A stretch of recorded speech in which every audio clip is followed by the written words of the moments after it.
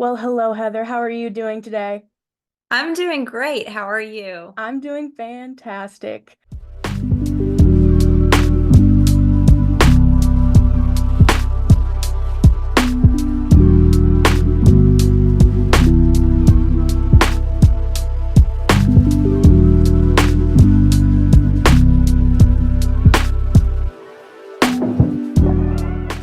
Hello, everybody. My name is Jay Walker, and this is Blind Dates. Thank you for joining us on this beautiful Valentine's Day. It is a capitalist holiday, but we like it anyway. It's okay. It's for the girls. Um, Before we start, I would just like to take a little shout out to all of the people that were affected by today's shooting in Kansas City. As a resident of Kansas City myself, I am personally affected by the outcome of what happened, and it's tragic and it's awful, and we really need to find a way to stop this from occurring. So moving forward, this is my beautiful guest, Miss Heather Brooks. Heather, can you tell us a little bit about yourself? Yeah, I would love to. I am a licensed professional counselor. I'm licensed in Colorado, Tennessee, and Georgia. I currently live in Tennessee with my partner and my 11-year-old daughter. I also have a 19-year-old daughter who lives in Colorado. And I have been a therapist for over 10 years. I'm also a neurofeedback specialist, and I work with people of all ages. I started out in early childhood and worked with kids in elementary school. And then in the last 7 years have kind of moved into working with more with adults, couples, and families. And so I'm super excited to be here to talk about relationships today. Like, what better topic to talk about on Valentine's Day? Right? I figured it was fitting. So I think we should start off with a very basic question of what is love? How do you know that you're in love or that you're feeling love? And even more important, how do you know that you're not in love? Yeah, I think that is actually a really great question. And I think that we have this misconception that love is just a feeling. And love is definitely something that we can feel, but love is more than a feeling. Love is something that we do. Um, and our feelings can be fleeting. Love is a choice that we make, and it's our actions, our behaviors, and what we're doing for people that is actually love. It's not this feeling. And research has actually showed, like, if you listen to country music or music, a lot of times, like, you get these like they'll give you like these visions of what love looks like. And Kelsey Ballerini, who I absolutely love in country music, has a song called "I Hate Love Songs," Yes, that's a and great song. it is. And one of the things that she says in there is like, like, you make me feel something, but it's not butterflies. Because I think in music and in the movies and everything, like they talk about you getting this butterflies in your stomach feeling when you're around someone and when you love someone. But actually, research shows that that butterfly in your stomach feeling is actually anxiety, right? Oh, If you're gonna go ride a roller coaster, or you're gonna go bungee jumping, or you're gonna do something like that, skydiving or something, right? Like, you get that same butterfly in your stomach feeling right before you get ready to do it, right? Like, you might be yeah. looking for that high, that rush, that excitement, but that is your body warning you that this might not be safe. And so we misconstrue that butterfly in your stomach feeling for love, when it's actually our bodies warning us that maybe this person isn't the right person, right? Oh, So we get our bodies actually can pick up on things that are off in relationships before our mind and our emotions ever do. oh my gosh. Whoa. That's revolutionary. I think, Isn't wow. isn't that crazy? That's so strange. Yeah, the research that I was reading on this specific topic was talking about how people who have the most successful marriages actually didn't get the butterfly in their stomach feeling when they met their partner. Okay. Yeah, I think that's a really common misconception is that love kind of happens or hits you all at once and you just kind of like know that you're in love. Hmm. So like what is the difference between like infatuation and love? Like, how do you know the difference? Yeah, I think infatuation is like you can't get that person out of your head, right? Like you can't stop thinking about them. You want to spend every waking minute with them, right? And that's normal in the beginning of any relationship, but that's going to subside, right? Like that's that honeymoon phase. That's the first couple of months. And then after that, I mean, you always, I think there's going to be always be a part of you that's going to miss your boyfriend, girlfriend, significant other, husband, whatever, wife, whatever it is, when you're away from them or when you don't get to see them all the time. But there's a difference between obsessing over them, which would be that infatuation. Like the infatuation is you put them up on a pedestal, they can do nothing wrong. Okay. They become the center of your world. You're like absolutely obsessed with this person, and you're missing the red flags because you have this person up on a pedestal and you're idolizing them. Whereas love, we can see a person's flaws and and either say like, okay, I can be accepting of these or I can't be accepting of these. We're not putting them up on a pedestal where we're idolizing them and worshiping them. We can see them for who they are, and we can make a choice to accept that or not. And I Okay. think that's the big difference between infatuation and love. So you mentioned something in there. You said the word red flag, and I think that's a word that comes up a lot. So what is the difference between like a red flag and just like a quirk or something that like, you're gonna have to get used to with your partner? Yeah. So, and I think that this is something that it can be different from every person. Mm-hmm. Um, when I have clients who are, looking at leaving a relationship and wondering if a relationship's healthy or toxic, or they're getting into just starting to date again, maybe after a divorce or for the first time ever, especially if I'm working with teenagers, I like to have them make 3 lists. And these lists consist of, first of all, their wants and needs. What do you want and what do you need in a partner and in a relationship? And you write those out, right? And you can get those as like I tell people, you can get them as detailed as you want, or you can leave them vague. Like I've had clients who get them down to like the person has to be taller than me. I had a friend who was like, he has to like wheat bread, not white bread. Like, some of them can get pretty silly, but like it depends on what's important to you, right? Mm-hmm. And so that first list is your wants and needs. The second list is your negotiables. So these are my preferences, but if they don't have the red flags and they meet the majority of my wants and needs, these are things that I can give or take. Maybe I prefer somebody who doesn't smoke cigarettes, but if they have everything that I need on my list and they don't have any of the red flags and they're a smoker, I might be willing to overlook the fact that they're a smoker, or that sort of a thing. So what are Yeah. those things that are negotiable? And then our red flags are the things that we don't want and cannot have in a partner or a relationship. And some of those things may come from things that we saw in our parents' relationships. It might be things that we've experienced in past relationships that we know that we don't want in past relationships. Because a red flag for you may be something that I can tolerate, or a red flag for me might be something that you can tolerate. So, like a red flag could be someone who doesn't acknowledge holidays, right? So if Mhm. holidays aren't important to you, that might not be a red flag for you. But if holidays are important to me, birthdays, Valentine's Day, Christmas, those things are important to me, and they don't acknowledge those, that might be a red flag, right? So they can be minor red flags that can vary from person to person. But then we have the bigger red flags, which are, that they're not trustworthy, that they don't own or don't take responsibility or ownership for their behaviors.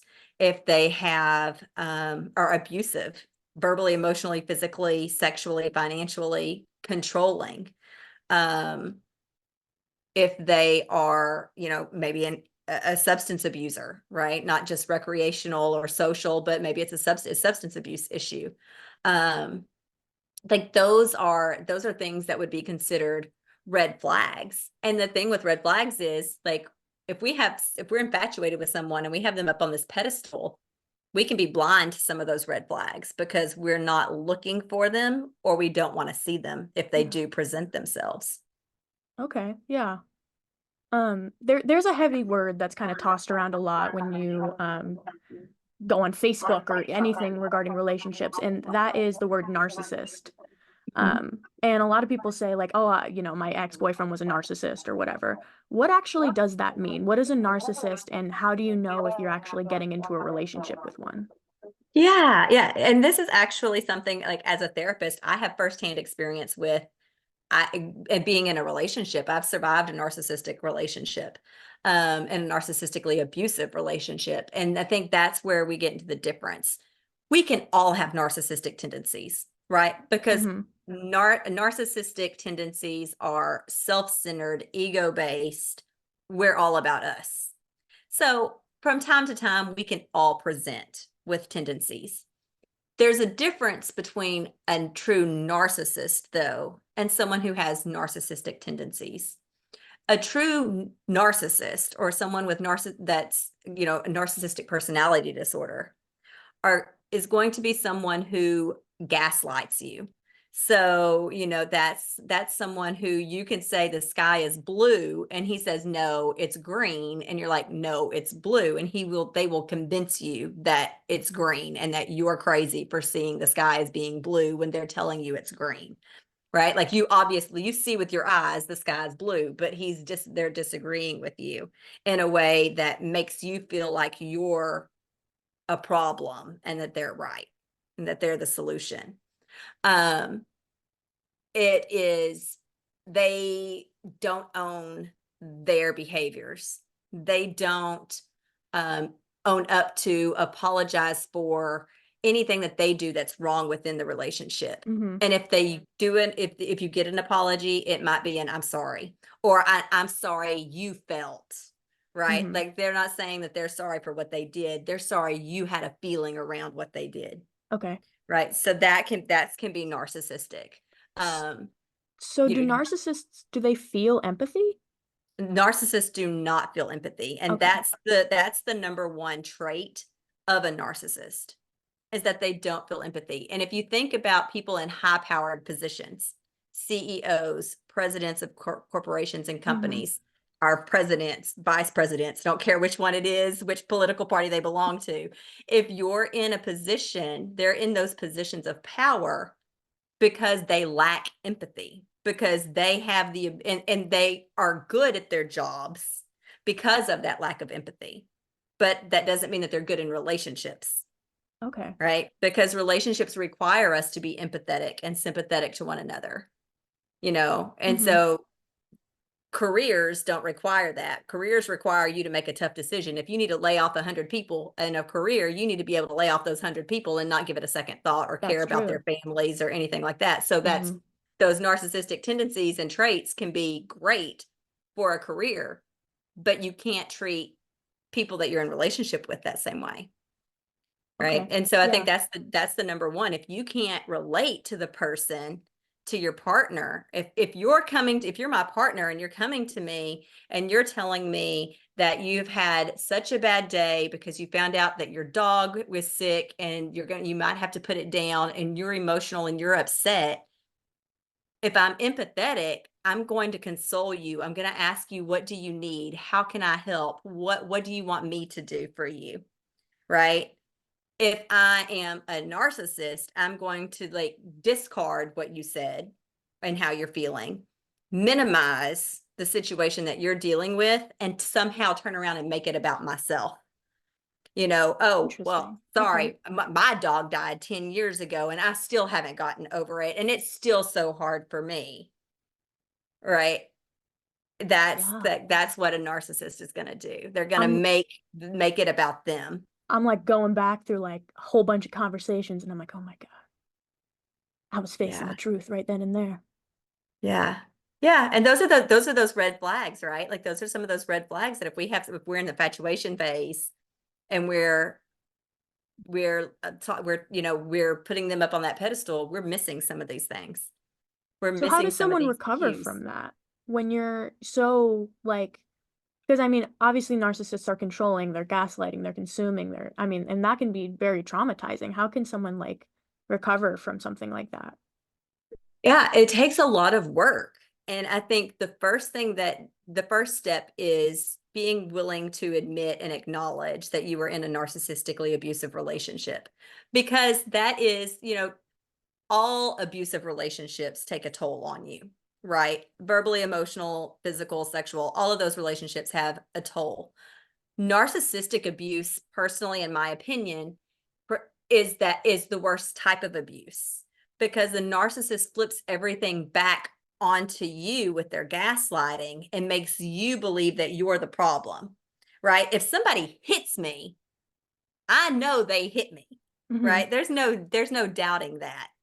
If someone, says something to me, calls me a name, I know they called me a name. I'm not doubting that. But when they use gaslight, when a narcissist uses gaslighting and convinces you that you're the one with the problem, that you're the one that's crazy, it's not them, it's you. You start second guessing everything. You start second guessing yourself. You start second guessing what you see, what you hear, what you're doing. Yeah. And that takes a huge toll on you physically, emotionally, and it's hard. It can be really hard to overcome that. And it takes a lot of work. Getting in with a therapist and getting counseling, neurofeedback can be helpful with that. But it's also recognizing and being willing to ask yourself, what did I do and was I doing to attract a narcissist? And Okay. in my own personal experience, I had to take a look and realize, like, looking back in my patterns and my history of relationships, I was codependent. I would have never thought that I was codependent. I was financially well off. I didn't need somebody to provide for me financially. I could do anything and everything for myself. I didn't need someone. I didn't realize, even as a therapist early on in my career, I didn't realize that codependent is emotionally dependent on another person. And that's where that infatuation comes from. When Okay. we're codependent, we can put those people up on a pedestal, and then we're relying on that person to meet our emotional needs and make us healthy. And if they're not happy, we feel this desire and this need and this drive to keep them happy and to be the center of their happiness. And that's what a narcissist wants, because a narcissist needs narcissistic supply. So they need someone pining after them. They need someone craving their attention and their time. And then they'll end up using that against you. But that's what they want. They want someone who's obsessed with them, because that makes them feel powerful and that gives them that control. And so that's one of the first questions I would ask yourself after you recognize that you're in a narcissistically abusive relationship is, am I codependent? Do I have signs of codependency? Because that it constant like narcissists are constantly attracted to codependent people. That's really interesting. I never really thought about codependency as like an emotional thing. Like I obviously like I've seen intervention. I've seen that kind of codependency, but like I've never really thought about it on like a deeper way like that. So that's a really good way to put it into a perspective that I can understand. Yeah. And I think people who are people pleasers are typically codependent, Hmm. right? You have a hard time saying no to people because you have no boundaries, right? And that's what a narcissist is looking for. A narcissist is looking for someone who has no boundaries. And if you try to set a boundary, they're easily pushed or broken. Like, I can Hmm. manipulate you, or I can say or do whatever it is that I want to say or do to get you to do what I want you to do, or behave how I want you to behave, rather than you holding your boundaries firm, because we're people pleasers, right? Hmm. And it's taken I've had to do a lot of work on myself to get past the codependency, and it still flares up from time to time, and you're like, oh nope, that's a codependent behavior. I got to change that. I got to work on that. um Interesting. So, so say you're in the infatuation phase and you're kind of putting your partner up on the pedestal and they're a narcissist. what does it kind of take for you to realize like, oh, this person is not good for me, whether it even be a narcissist or just even a toxic relationship? How do you identify like what is the key moment that makes you kind of go like, oh, like, because obviously when, your parents or your siblings or anybody else like says it, like you're not going to listen because you're like, you don't know him. You don't know him the way I do, all that kind of stuff. But what is the moment that it kind of, what does it take? Does it take being cheated on or take being abused to like have all that? Or is there something else, another option? Yeah, no, I think that can vary from person to person, and it depends on that person's awareness in that infatuation stage during that period of time. You know, I think if you go into any relationship, whether you're codependent or not, or whatever other issues we might personally have, if we go into a relationship asking questions, what is this person doing that I like? What does this person do that I don't like? What is does this person have the ability to be empathetic? Does this person have the ability to be understanding? Does this person talk? One of the first things, like this is just from my personal experience, they don't have anything good to say about their previous exes. So if they talk about their previous exes, they're going to be trashing the previous ex, and the previous ex was the problem. If you ask them to name something that was positive about the previous ex, they most likely won't be able to do that. They can tell you Interesting. a million different negative things about the ex, but they won't be able to name anything positive about the ex. And that's a huge indicator right there, right? Like if you've been in, if a guy tells you he's been in 10 serious relationships and every one of the women were the ones that were crazy, mm, Mm, the common denominator there is not the women. yeah. Okay. That makes perfect sense. Yeah. So how do you identify the traits of a like toxic relationship? Not necessarily, one that's with a narcissist, because you don't have to be with a narcissist to be in a toxic relationship. So how Exactly. how do you, as you're like, even not just as an outsider, but as somebody in the relationship, how do you kind of recognize the traits of toxicity? Yeah, I think it goes back to, does this person respect me? Mm-hmm. Do they respect my opinions? Do they respect my feelings? Do they respect my wishes? Do they ever ask me what I want to do, or do we always do what they want to do? Are they controlling? Do they try to consume all of my time? Right? Are they okay when I go and do things with my friends or my family, or are they always calling and checking up on me when I'm not with them? Um, Those are some big ones. Do they care what I spend my money on? Do they question what I'm spending my money on, or who I'm spending time with? And some of those things are not necessarily always unhealthy, right? Like Mm-hmm. if you're dating somebody that probably can't afford a Gucci bag, and she go and hears that they go and spend a lot of money on something like that, that might be something that might not be an unhealthy, like questioning them might not be necessarily unhealthy. That might be a good way of finding out for you, is this person going to be financially responsible for me in the future? Mm-hmm. But if you're buying small things, like, if you're going to the grocery store and they're nitpicking what you're buying at the grocery store, or, what you're wearing, or what kind of clothes that you buy or that you wear, those are things that are more concerning. um Control overall and in general, if they feel controlling in a, you can't do this because I said you can't do this, you can't wear this because I said you can't wear this, I need you to look a certain way, I need you to appear a certain way, talk a certain way, all be indicators that you could be in an unhealthy relationship. Okay. All right. Um, so for new couples specifically, what is kind of the one thing that, or not necessarily the one thing, but what is something that couples tend to get wrong in the beginning, or like kind of don't really clarify or don't communicate well on, that kind of sets a strange for the rest of the relationship? Yeah. Oh, so I think like what you just said, communication. Hmm. Communication, not only in the beginning of a relationship, but communication even after marriage lack of communication is the number one leading cause of divorce.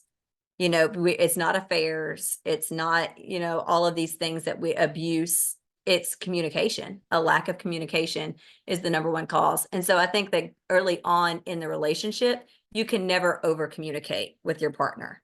You can never over communicate expectations, boundaries, rules for yourself,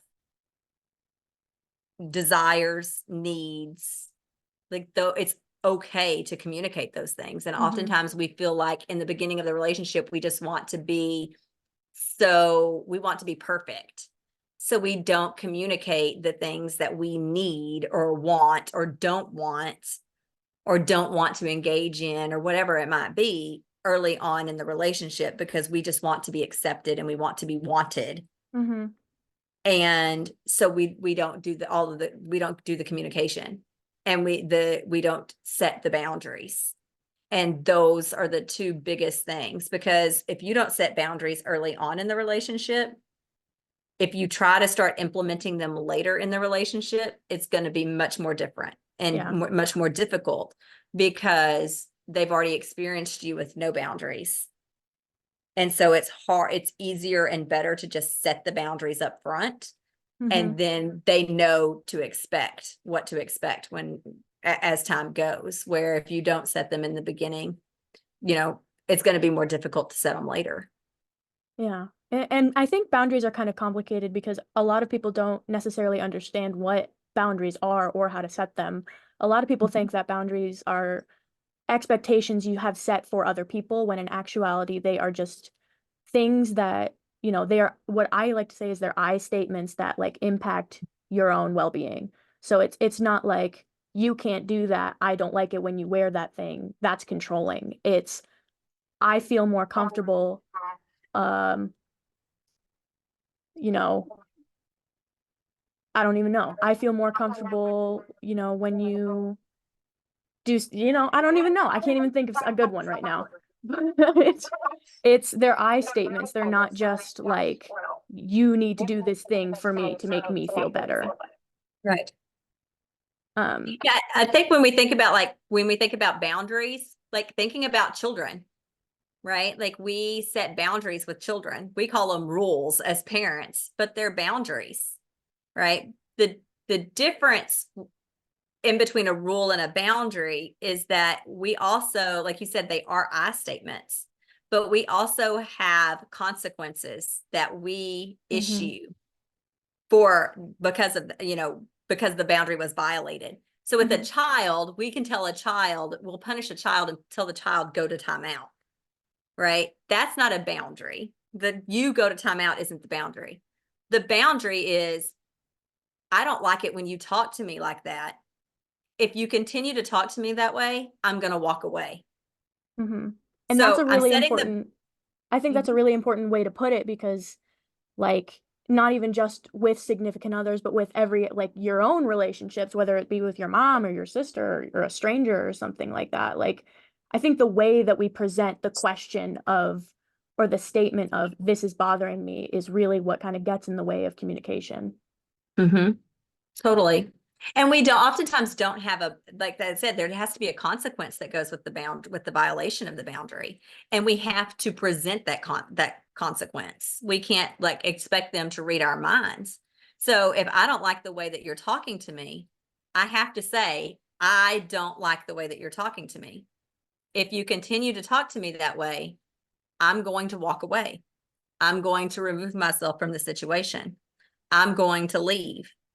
And if you can talk to me in a normal tone of voice or in a kind way, we can revisit this in 20 minutes. But until then, this is what I'm going to do. So the consequence is always something that you can do, not that someone else has to do.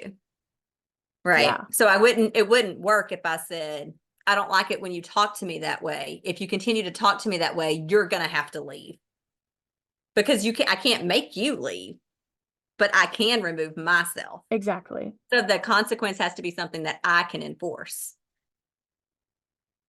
Okay. That makes a lot of sense. Um, so I have so many questions. Oh my gosh. Um, so in regards to kind of not okay. Wow, my computer just stopped working. Oh no. Uh, so in regards to boundaries, um, how does someone like kind of set up the statement of like you said, like it's an I statement and it has to be like there has to be a consequence that you can enforce for yourself, not enforce for another person.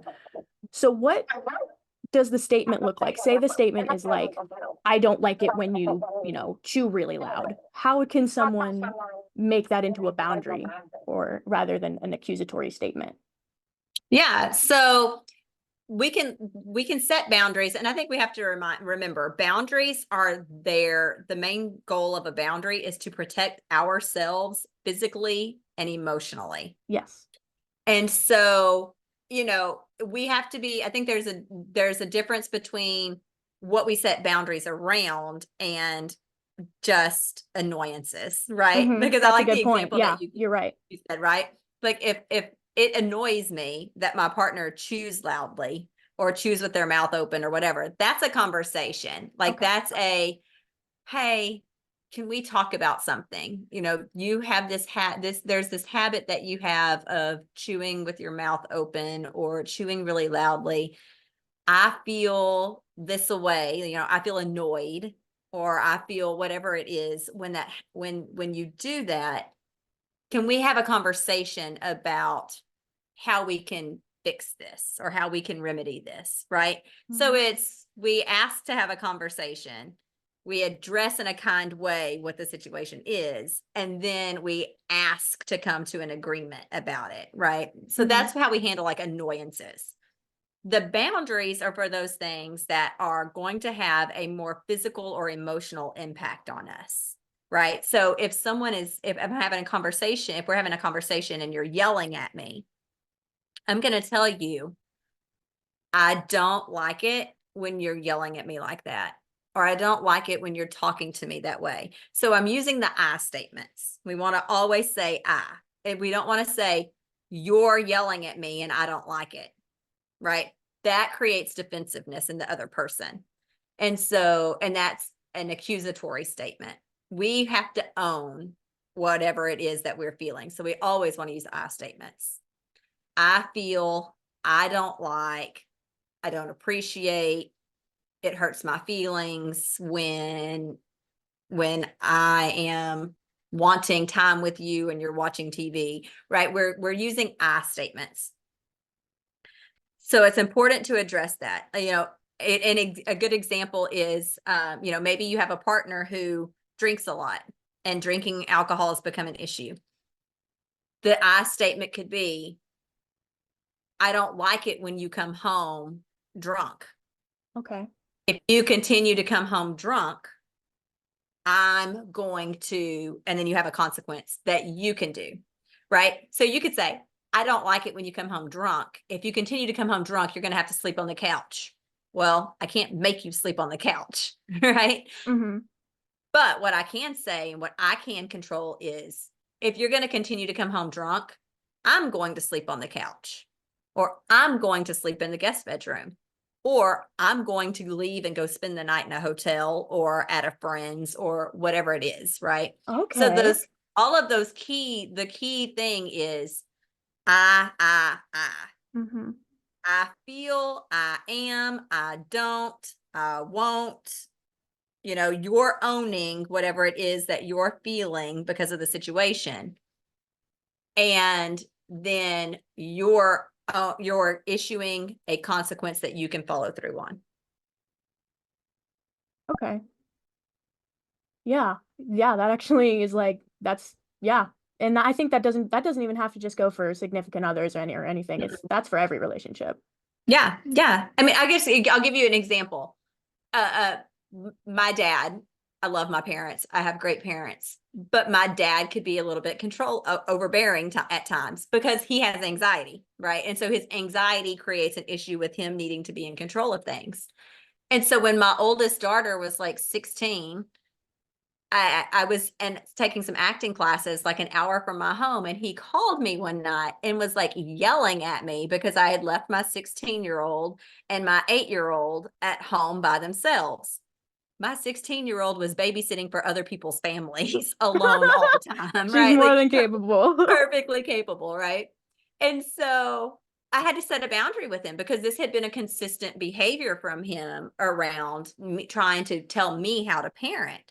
And so I had to set a boundary with him around that of if you I don't like it when you're trying to tell me how to be a parent. If you want to continue to tell me how to parent, I'm not going to allow you to see your grandchildren. I'm not going to allow you to talk to your grandchildren. So if you want to continue to be a grandparent, I need you to respect my decisions as the parent. You go, Right. So girl. it's the eyes, right? And that completely changed the dynamic of the relationship, and that Hmm. behavior stopped. But it's those eyes. I don't appreciate when you do X, Y, and Z. And this is what the consequence that I'm going to do. This is what I'm going to do if you don't follow, if you don't respect the boundary. But like you said, like that was the example I used with my dad. It goes, boundaries aren't just for significant others. Boundaries are for friends, coworkers, bosses, jobs. Like it's even important to have boundaries around our time management, work and life, right? Like we should have work boundaries and we should have life boundaries. And Yeah. that might mean having a boss where you tell your boss, I have a family to consider after 6 o'clock at night. I won't answer the phone after 6 p.m. And if you call me after that, I won't answer. I won't respond to emails. And I will deal with it the next day, but I won't deal with it that evening or, whatever that might be, depending on what your job is. Yeah. But it's okay to people don't understand that it's okay to set boundaries in all areas of your life. Hmm. I think I think that might be the biggest one for most people is setting boundaries with authority figures because I know that's my biggest thing. Mm-hmm. Mm-hmm. Yeah. So moving past the topic of boundaries, um, so you said that you've been doing therapy for 10 years, correct? A little over 10 years. All right.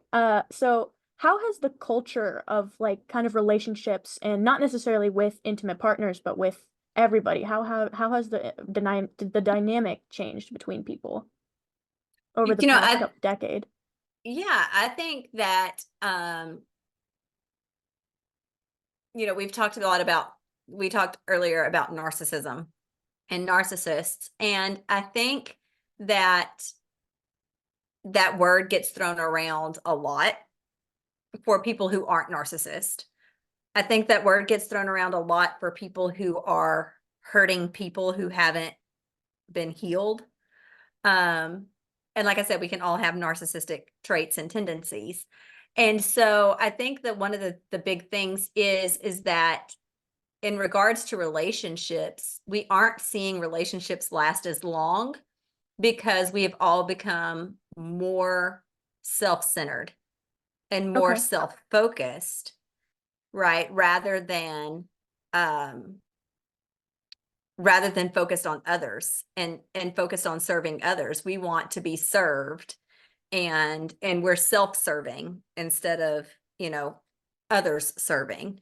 And I don't know like what anybody's religious preferences or anything is, but I think like when we talk about love, regardless of what you believe, the Bible had it right.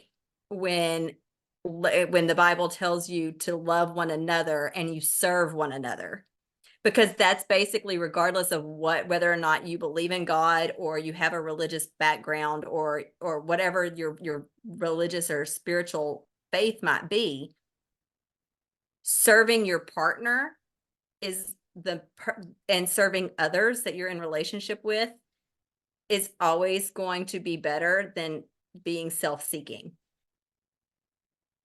Because when we serve others, it makes us feel better about ourselves. Like if you think about volunteering in your community, you're serving others. That's something that we were dealing with people with depression. One of the things that we do is, what can you do for someone else? Interesting. Because when you do things for other people, it makes you feel good. It makes you feel better. And so if we're serving other people, our relationships, and we're more worried about me serving you than what I'm getting back from you. And I think it's something we all struggle with. Like we really do. I still struggle with it.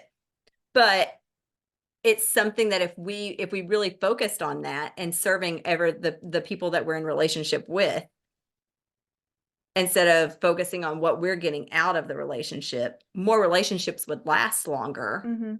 because I'm focused on serving you and you're focused on serving me. So if I'm more focused on serving you and you're more focused on serving me, we're both getting our needs met. Interesting. Okay. So what you're saying is that, when you're in a relationship, it's more beneficial and more like not necessarily self-serving, but more like you feel better about yourself when you help out other people is basically what you're saying. Yeah. Yeah. But if I'm looking at what you need, right? Like if you're my partner and I am looking at how can I serve you? Not Mm-hmm. what can I get, what can you do for me? But if I'm looking at you and I'm saying, how can I serve you? And I'm focusing on that and I'm doing those things, I'm most likely meeting your needs. Right. And then if Okay. you're doing the same thing to me, if you're not looking at what you can get from me, but you're looking at how can I serve you? What can I do for you? You're most likely going to be meeting my needs. So Okay. we're both getting our needs met because we're more focused on the other person than we are ourselves. And that's something I think that that relationships have lost because we live in a society of when you've got social media and everything at your fingertips, and it's created Like this instant more gratification egos. almost. Yeah, and just more egos. Like, Yeah. if you're not going to give me what I need, I can go get it from over here or from over there, or. And so I think that that's one of the big things is that we have this, like you said, instant gratification, self-serving, self-seeking society rather than looking at our partners and saying, what can we do for you? Interesting. Um, I think another really big thing that's changed, and I mean even just in like since the 90s, is like social scripts. And what a social script actually is like what it is. It's a script that or a set of expectations that, are expected for a certain situation. So for instance, if you're going on a first date, you have certain expectations as to what is going to happen on the first date. You don't expect for like him to, ride on a turkey through the restaurant and, say a prayer to Buddha or something like that while you're on the first date. You have a very specific set of expectations for the date. And I think that one thing that's kind of been challenging, especially for LGBTQ plus individuals, is that there really isn't a social script anymore because we are so, like, the society has shifted and it has become so self-serving. So how are relationships different for same-sex couples in regards to social scripts and stuff like that? Yeah, no, and I think that is actually a really great point because I think too it goes even beyond social scripts and it goes beyond. I mean, it goes to like you said, those expectations, Yeah. right? And so if you're in a heterosexual relationship, there's the stereotype that the man pays for the first date, and or the man does this and the woman does this, right? We have like the gender roles, and when Hmm. you're in a same sex relationship, those gender roles don't exist. And so it's like, okay, so then who is responsible for what?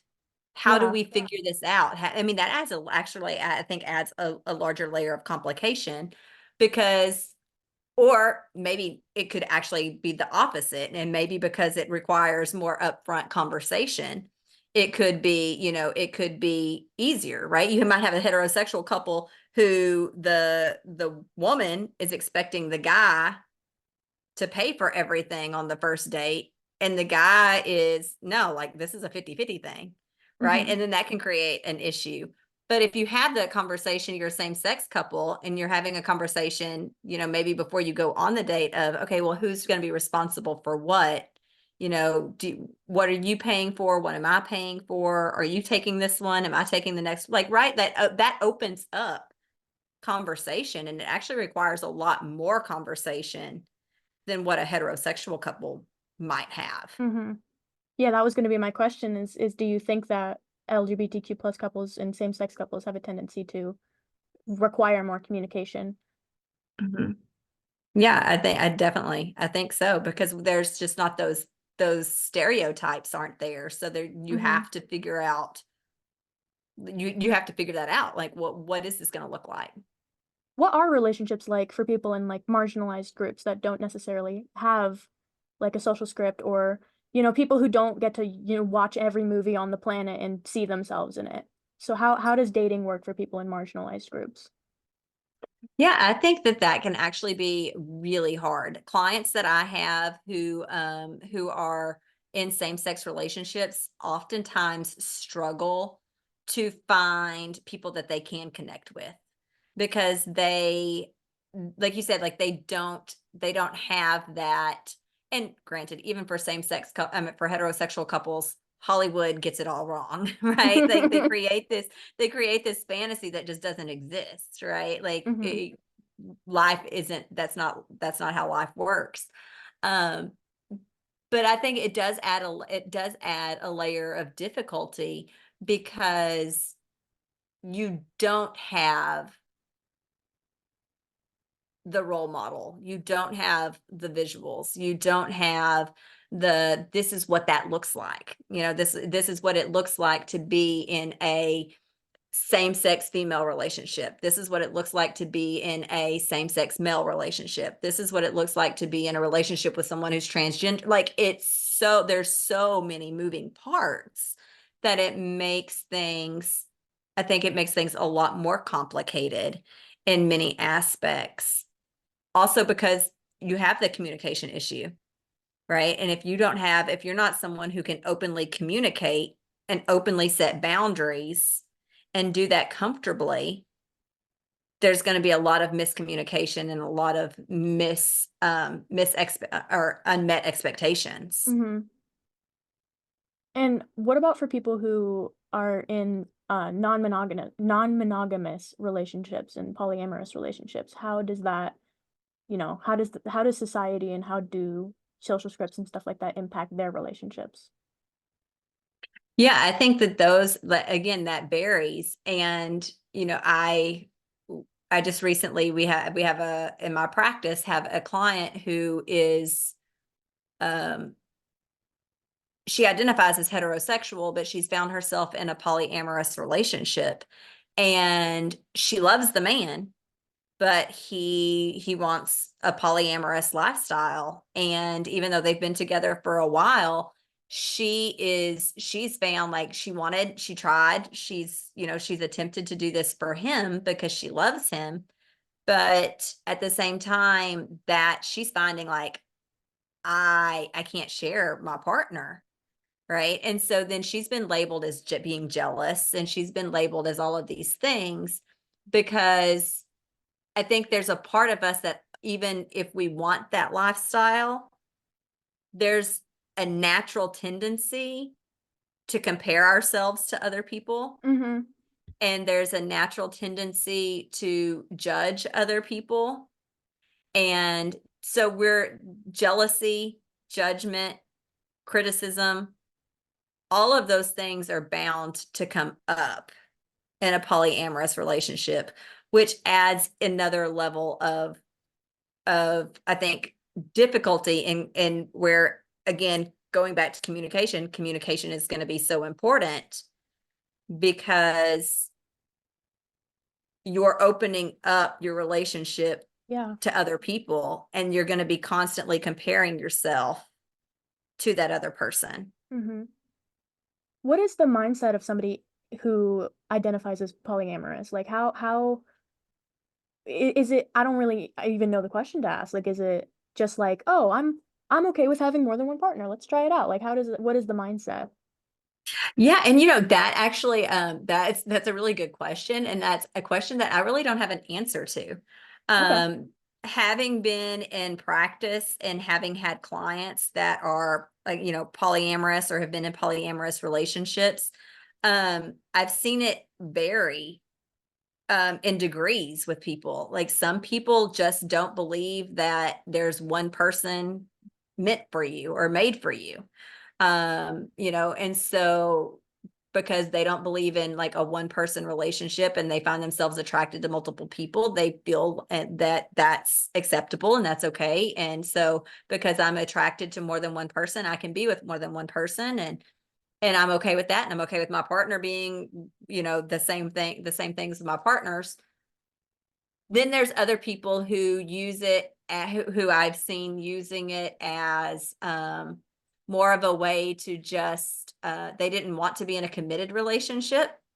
And it was just a way to kind of just mess around with whoever they wanted to while keeping the person that they were in a more serious relationship with. Um, so it's kind of I've seen different people do it for different reasons. There's not across the board anything that I've personally seen that I could say, oh, this is the mindset Hmm. of someone who chooses to be in a polyamorous relationship. It's kind of been all over the board, and each individual person has their own reasons Interesting. Okay. So for what for is yeah the for choosing that. what's the difference between like a polyamorous relationship and an open relationship? Um, That's a good question too. You've got some really good questions tonight. Some of these I was not prepared for. Um, I think honestly, I think a polyamorous and an open relationship are probably pretty close to the same thing. In Okay. my mind, I would say that they're the same thing. But I'm not 100% sure about that one. Okay. Um, so we have a tendency to date people within our socioeconomic status, and not necessarily out of bias, like thinking like, oh, that person's poor, I'm not going to date them, but because you're generally more exposed to the people that you're socially, economically around. So for instance, because I'm a college student, I'm probably going to end up dating a college student.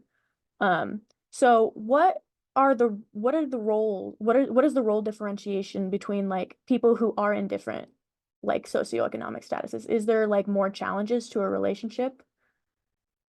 Oh, I definitely think that the finances is a close second to communication in relationships. And so when you find yourself in a relationship with someone who's at like an extreme opposite end of the spectrum financially or socioeconomically than you are, that can create a lot of challenges, right? That can create challenges, and it depends on which one of you is where, right? Like, so if you are in a relationship with someone, if you grew up in the projects and you meet someone who is very wealthy and you start dating them, obviously your lifestyles are going to be completely different, Mm-hmm. right? So there's going to be like a little bit of a cultural difference on top of the financial difference because of where you grew up. Like culture isn't just, American or white or black. It's the home that you grow up in, it's the neighborhood you grow up in, the school that you go to, right? Like there's so much more to culture than sometimes we think.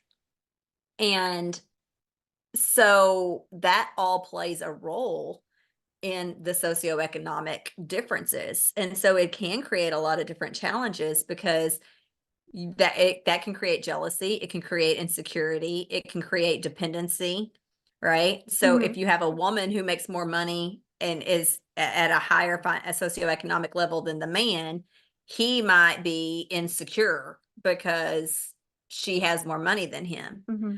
If you have a man who's at a higher socioeconomic level than a woman, she might feel a little bit controlled or uh what is the word that I'm looking for?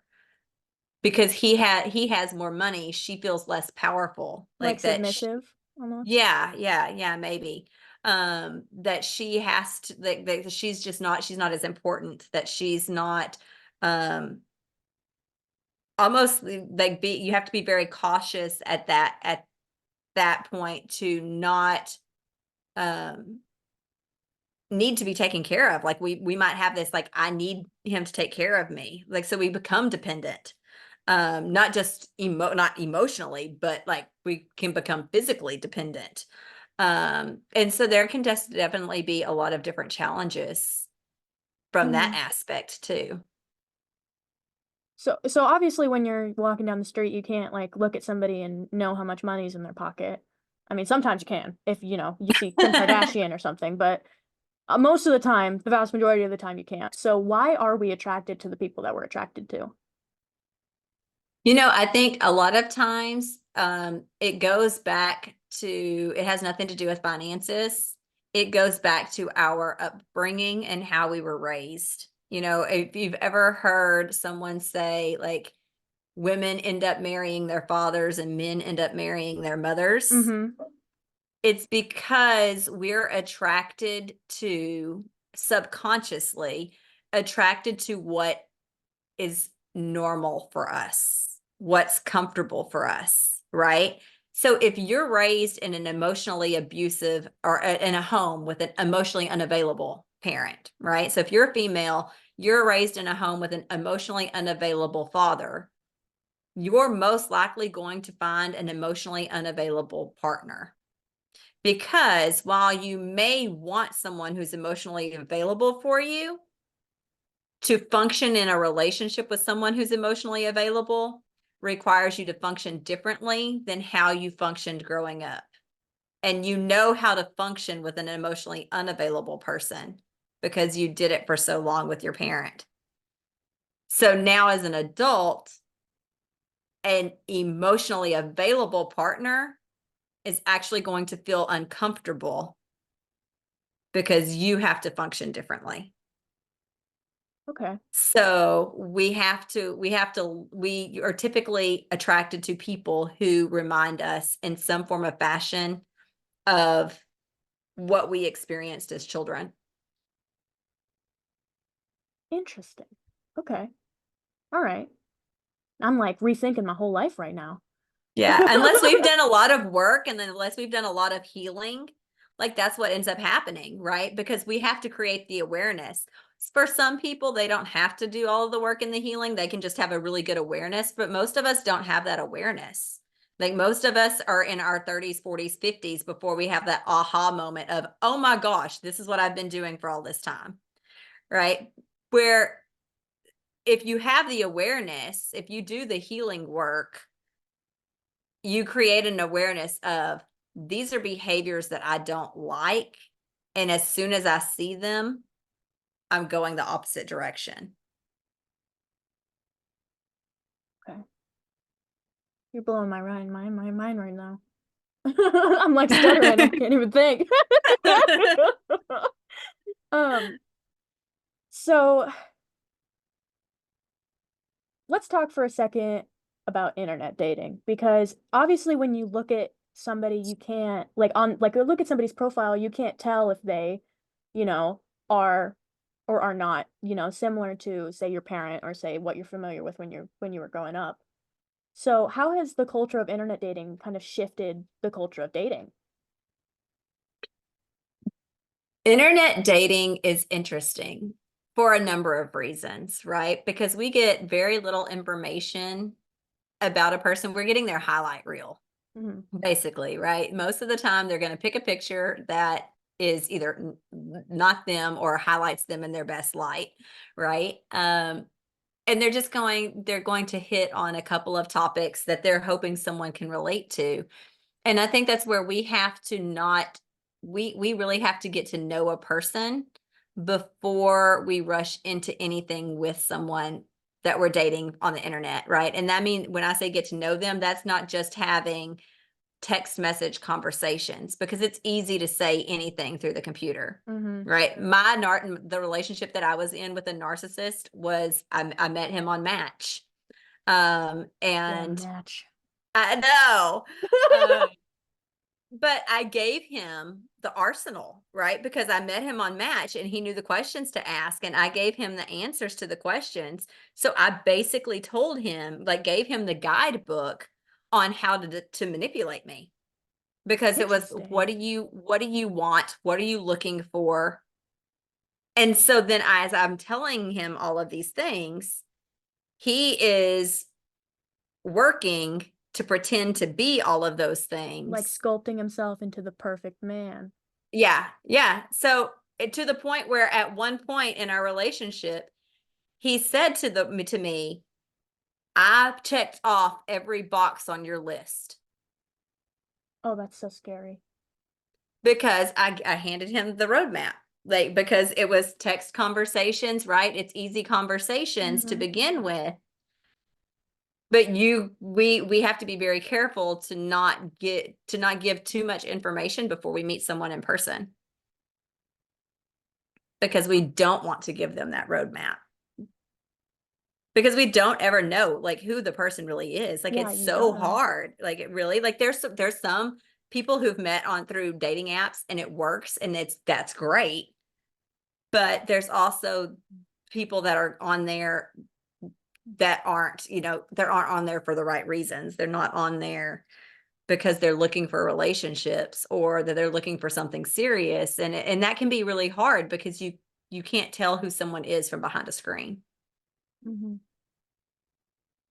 Yeah, and I mean, I know people that have been in internet relationships that lasted for like 6 months, a year, 2 years that like was toxic the entire time, and they just like never were able to identify like what you just said. Like you gave them the roadmap. That's really Mhm. interesting. I've never really thought about it like that. Like you really are just giving everybody what they need to manipulate you.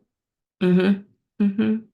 Um, so obviously you should never go into a relationship like with the idea that you're going to change somebody because that just leads to unhealthiness and unrealistic expectations. But at what point during the relationship is it time to like kind of throw in the towel because you realize that your significant other really isn't going to change? Because if you had like that expectation of, maybe, they'll take me on dates more after we have a conversation, or, maybe they'll buy me a wedding ring after we go on this vacation or whatever. You know what I mean? Like, when is the time to throw in the towel because your expectations aren't being met? Yeah, I think that varies from person to person, because some people are willing to be more patient than others. But I think really the the key to knowing when to throw in the towel is, have you brought up the issues with the person, and what was the person's response to the issues, right? If you're bringing up valid concerns, right? Like, I'm not talking about like annoyances, but if there's like serious issues in the relationship, if there's trust issues, if there's communication issues, if there's financial issues, and you bring these up to the person and they are not willing to address them, right? They're like, "No, this isn't a problem. I'm not changing anything. I'm not going to counseling. I'm not doing this. I'm not doing that. You just need to figure out how to deal with it. This is who I am." Right? If there's no willingness to change for the better on their part, that might be a good indicator that it's time to Mhm. get out. Some people may just not be there in their healing journey yet, right? Because I think like all of our own healing journeys have to be in our time. And it's kind of like dealing with a drug addict or an alcoholic, right? Like, the people around them can see that they need to change their behavior and that they need to do something to for the better, because it's going to be better for them. Mhm. But until they're ready to make that change, it doesn't matter what the people around them see or say. They're not going to change until they decide that they want to. Mhm. And so with our behaviors, that's the other thing too. If you see something in someone and you see the potential, you have to make the decision to, okay, I'm just going to tolerate and be patient and work through these things with this person, because they have the potential to change and they're slowly and gradually making small baby changes. That might be a relationship where you do wait it out. But if there's no change at all, if you can have a conversation with this person and, you have a conversation with them and you tell them like, I I need you to take me to dinner once a month. That's date night, once a month dinner, and you pay for it. And they say, okay, I can do that. And 3 months goes by and they haven't followed through. That's probably a time where you might want to reevaluate, right? Because Mhm. you've had the conversation, they've acknowledged that they're going to do something different, and then they did nothing different. Right. So that Mhm. might be a time where you might like, okay, like this is not working because you've had the conversations, right? The conversations are so important because that goes back to that communication. And of course, we don't want to change people. We don't want to change someone's personality. We don't want to change who they are, right? Like we need to look at at their core, is this a person I want to be in a relationship with? Mhm. Right? Like throwing it out there, and my partner probably gets so upset with me for saying this, but there's like we both have our own issues, right? Like we have our own set of issues because we both have our own traumas and our own backgrounds. And we both have had things to work on throughout our relationship. At his core, there is nothing that I would want to change about him. His responses to some situations, his responses to some circumstances, some other things. Oh, excuse me. Some other things that he does could be different and can be done different. And we have conversations about that. And then I watch for the change. And he watched, same thing with me. Like he watches for the change. And when we can see that the other person we've had the conversation and the other person is slowly changing that, they're not going to get it right every time. It's not going to be perfect every time, but they're slowly changing and we're slowly changing. We are, we're moving in the same direction. But if you're trying to change who your person is at their core, you're probably with the wrong person, and it's probably time to that's where it's probably time to reevaluate that, Mhm. right? Like I don't like who this person is. It's not like I don't like that his response is this to this situation or her response is this to this situation. It's I don't like this about her personality. I don't like this about her or his, who they are at their core being. They're selfish, they're self-centered, they're unforgiving, they're whatever it might be, angry, right? If there's things at that person's core that you would change, and I think that that's the question to ask. Am I trying to change a response that they have, or am I trying to change them? Mhm. Right. And those are two different things. And if you're trying to change them, that's the problem. That's the issue. Yeah. That's that sign that like this is not the right relationship. All right. Yeah. You are so wise. I would not say that. I appreciate it. I wouldn't say that. Um, well, we have reached our hour, so I think I have one final question for you. We have been talking a lot about, toxicity and narcissism and boundaries and all the fun stuff, but I think we should probably let everybody know what it's like to be in like what is it to be in a successful relationship? What are the traits of a positive and successful and growing relationship? Yeah, I think that's a great question, and I love this question.